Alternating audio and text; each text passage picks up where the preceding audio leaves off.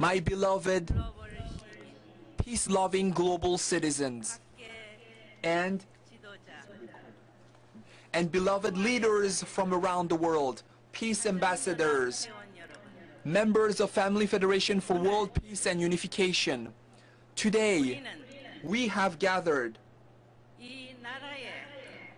in this venue at a time when the very destiny of this nation is at stake. We have gathered here to move heaven and earth, and we have gathered here with a noble intention. I know that religious leaders from 6 continents, more than 400 religious leaders from around the world and ACLC are gathered here. And as all of you watched, from America, we had a beautiful joint choir. 100 choir members came all the way to Korea to wish for peace. I am truly grateful to all of you.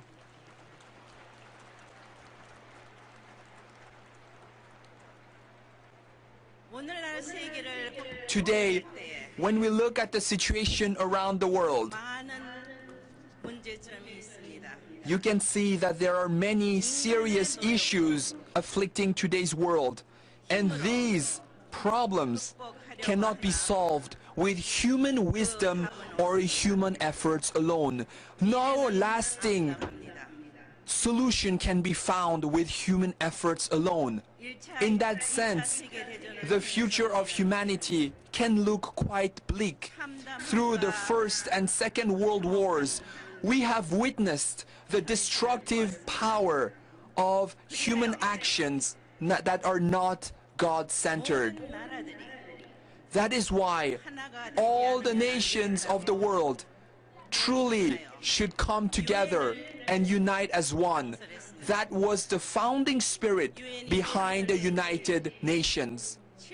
However, at this time, it is already 72 years since the United Nations was founded.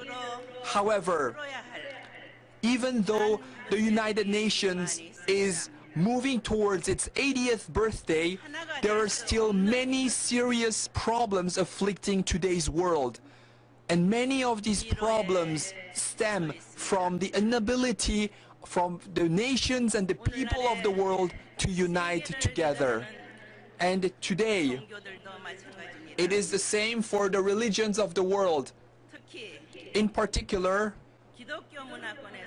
in the Christian cultural sphere, we believe that if we follow God and if we believe in Jesus, we shall ascend to paradise. However, today, I want to tell you clearly, faith is important, but faith alone is not enough.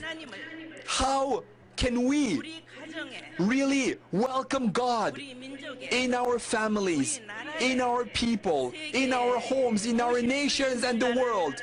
We must become nations that welcome God and attend God. That is the task we are faced with. Originally, God, the creator of heaven and earth, created all of the cosmos, all of the universe, and created a man and a woman to become the first human ancestors. And to them, God gave a responsibility. That responsibility consisted in going through a growth period, and throughout this growth period, their responsibility was to unite with God with absolute faith, absolute love, and absolute obedience, so that when they reached the requisite age, they would receive the marriage blessing of God. Unfortunately, during their growth period, the first human ancestors became self-centered. They believed that they could become like God. They allowed self-centered greed, self-centered ambition to cloud their judgment And as a result, they committed the fall, which has led to the fallen world that we see today. However, God, who is omniscient and omnipotent, cannot allow human error to frustrate his providence. The beginning and the end must be the same. That is why God worked according to his principle of creation. God could not abandon the principles with which he created humanity. That is why God had to endure the painful, arduous, and tearful history of the providence of restoration through indemnity. And that providence was so painful that it took 4,000 years for God to raise the people of Israel, beginning with an individual and all the way to establishing a nation. God had to go through tremendous indemnity. How painful and difficult this providence must have been, that it took 4,000 biblical years before God could send the only begotten Son of God, Jesus Christ, on this earth.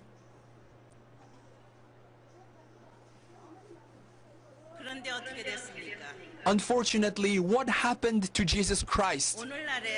Today, Christians around the world believe that they will be saved through the crucifixion of Jesus. However, please think about it. How is it possible that God toiled for 4,000 years, sent his only begotten Son to be crucified on the cross?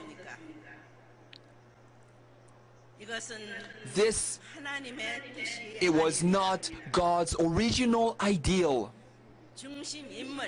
The central figures of the time, such as Mary, did not fulfill her responsibility because she did not fully understand the purpose of Jesus' advent, which was to become the first true ancestor of humanity by becoming the true parent who would sow the seeds of true love throughout the world. All of humanity can be restored and can be brought back to God through the blessing. Human beings, fallen human beings, cannot return to God by themselves. They need the blessing, and they also need to pay the portion of indemnity. And Jesus came to help humanity overcome that indemnity. And in the position of true parent, Jesus was meant to bless all of humanity. Unfortunately, Jesus was pushed until he had no choice but walk the path of the cross. And looking at the history of the people of Israel, we can see that as Jesus laid on the cross, Jesus prophesied that he would come again. He would come again for the purpose of hosting the holy wedding of the Lamb. Jesus would come again to host the holy wedding of the Lamb. Heaven's providence does not continue with a nation that has failed in its providential responsibility. Therefore, God's providence moved away from Israel, and the providence of God focused on a new nation where the only begotten daughter of God, who could not emerge at the time of Jesus, would finally emerge. And the nation where the only begotten daughter came is the Republic of Korea. It is this Korean Peninsula. It is the Korean people. Please understand this truth.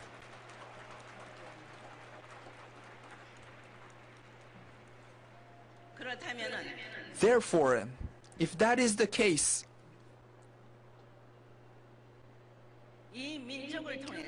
through this people of Korea, God worked to send the only begotten daughter here. And as the chosen people, the people of Korea were known for revering heaven, for revering God. They developed an agricultural culture in which they loved and revered, respected nature. It was a people that did not like war. However, 2,000 years ago, Jesus said he would come again, and the only begotten daughter who would become the partner of the only begotten son has now emerged. The time of the only begotten daughter has come. And therefore, through this people, centering on the Christian foundation of this nation, God sent the only begotten daughter, just as 2,000 years ago God sent the only begotten son, Jesus. And the only begotten daughter is born in Korea, was born in Korea.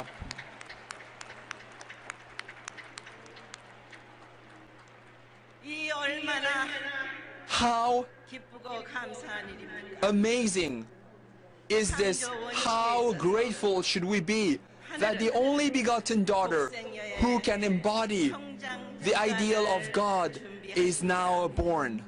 And when the only begotten daughter was born, I was born in 1943, and in 1945 Korea was liberated from occupation, and I was born in near Pyongyang, and in Pyongyang there were many spiritual groups who believed that the returning Lord would come in Pyongyang. However, together with the liberation of Korea, North and South Korea separated into the communist North and the democratic South. North Korea moved centering on one ideology and developed a communist regime preparing to invade South Korea. However, heaven worked and knew that if I remained in North Korea, then God's providence would be frustrated. And that is why heaven worked to have me flee to South Korea. And in 1950, the Korean War erupted. And South Korea at that time was unprepared to face North Korea's invasion. However, heaven really brought about a miracle by mobilizing the UN forces and bringing the UN forces to this nation so that the true parents who were born in this nation could really emerge. Heaven established the foundation for true parents to victoriously emerge.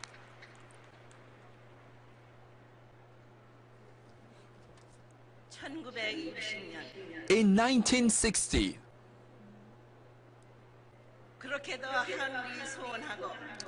heaven had yearned for so long, and fallen humanity had yearned for so long for true parents. And in 1960, true parents emerged. But the existing Christian foundation in Korea at the time failed to support true parents. However, God's providence continued to advance and develop. Of course, this nation is important, but all 7.4 billion people around the world are important. They must be restored. They must be saved and brought back to God's bosom. That is the providence of true parents, and that is why true parents went to America, the representative democratic nation of the world at that time. And centering on true parents worked in America. America was blessed by heaven to welcome the returning Lord. Heaven raised America to be the beacon of democracy around the world. It was truly a nation blessed by God. However, Americans still did not fully understand why God blessed America. And as America became the superpower of the world, at the time when it was in confusion and faced with a moral breakdown, when it was facing the threat of communism, the breakdown of family values, Reverend Moon and Dr. Hak Jahan Moon really put aside everything, and we went to America, and for 40 years we worked to lead the international providence centering on America.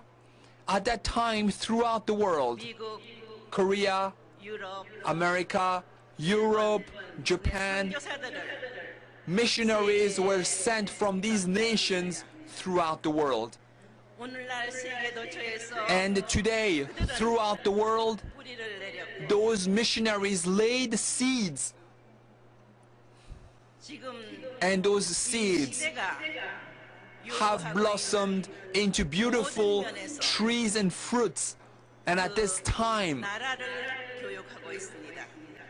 those early missionaries laid a foundation through which the people of the world can be educated about true parents' advent. Today, I wish to share this with you. Whenever heaven blesses an individual or blesses a nation, that individual or that nation must fulfill its God-given responsibility. In other words, the more you share blessings, the more you share joy, the more you share happiness, then the greater your blessings will be. Korea, Japan, America were blessed not for these nations to keep the blessings to themselves, but really to share their blessings with the world. Fallen human beings cannot return directly to God. It is only through true parents, by receiving the blessing, that human beings can be blessed and be born again as God's beloved sons and daughters.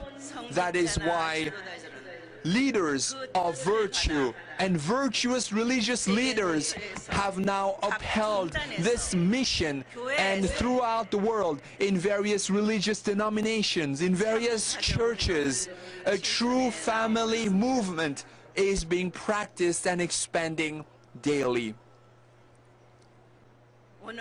Today, we have gathered here to really wish for this nation's long-held wish, the peaceful reunification of Korea. We have also gathered to wish for the realization of humanity's wish, the peaceful unity and harmony of people throughout the world. But as we know, human efforts alone cannot bring lasting peace. It is by uniting with heaven's will and centering on true parents, when we welcome God within our families, within our tribes and our nations, when we welcome God and leave centering on God, then when we implement the providence of welcoming God within our lives, God's eternal blessings will fall onto us. Today, what I wish to share with you is heaven's providence and the historical truth of human civilization, as well as the responsibility of Korea. I have clearly stated, beloved religious leaders from throughout the world, in particular,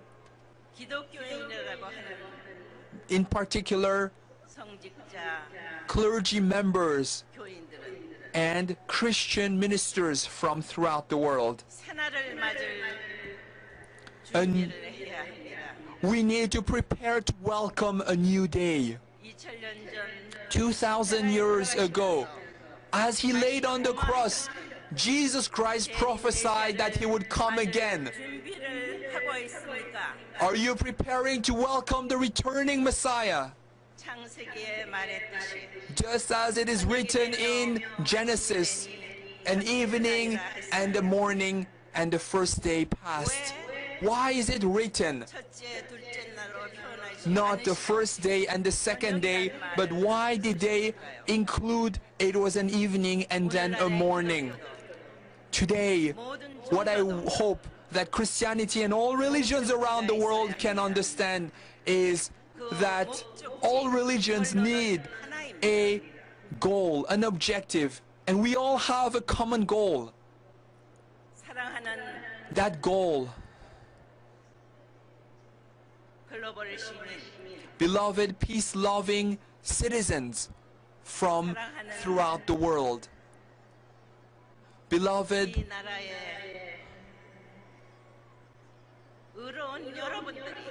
righteous citizens of Korea, the time has come when we no longer need to remain in the evening. We need to prepare to welcome the new morn. Do you know what is this new morning that we need to welcome? Through true parents, we need to receive the marriage blessing. It is the true family movement.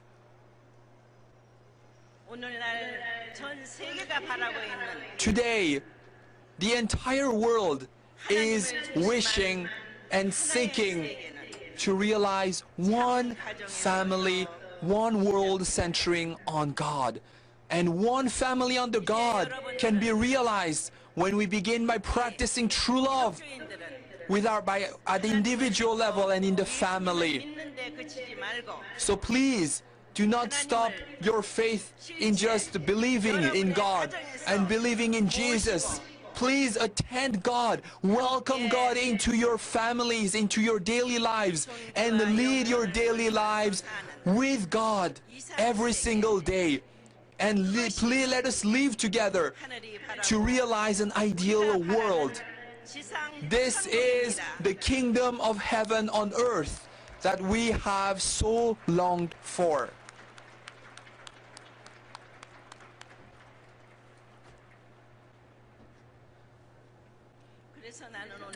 That is why today I really am clearly sharing this with you. And I'm clearly stating before the people of Korea, we have been blessed by heaven. We received God's blessings, and we must become people who lead lives of sharing the blessings we have received. We must share heaven's blessings with people throughout the world.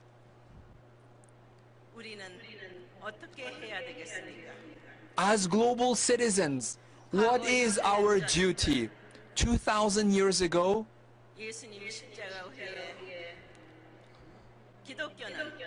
following Jesus' crucifixion, Christianity began through the work of the Holy Spirit.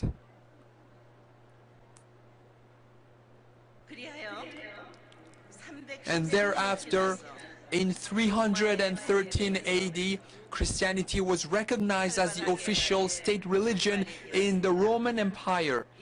And Christianity developed, flourished in the Italian peninsula, expanded throughout the European continent, crossing the English Channel, spreading throughout the British Isles, and flourished as a Christian culture that opened the era of the great Atlantic civilization.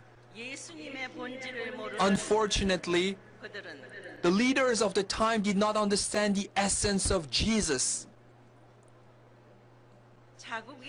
and motivated by national interests and self-centeredness. We see that a lot of issues arose at the time. And as a result, the providence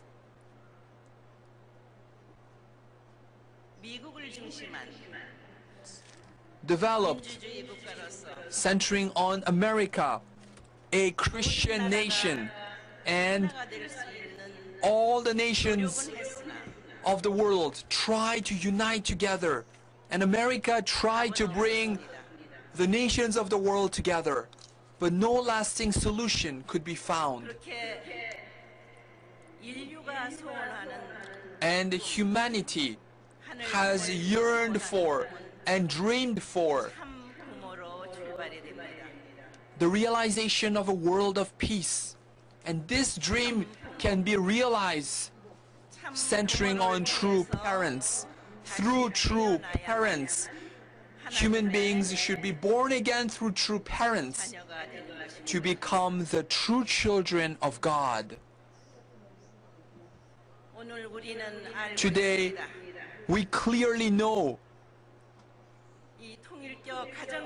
that the foundation of unificationism and also family federation for world peace expanded throughout the world.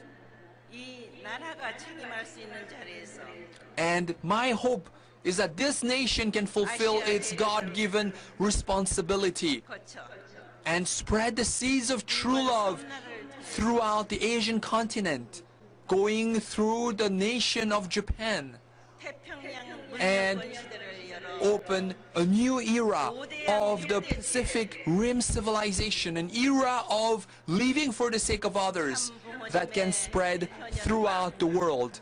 And the advent of true parents can be shared, and the love of God can be received by all of humanity. I hope that the people of Korea and all of us, our second and third generations, can lead this work in all the corners of the world.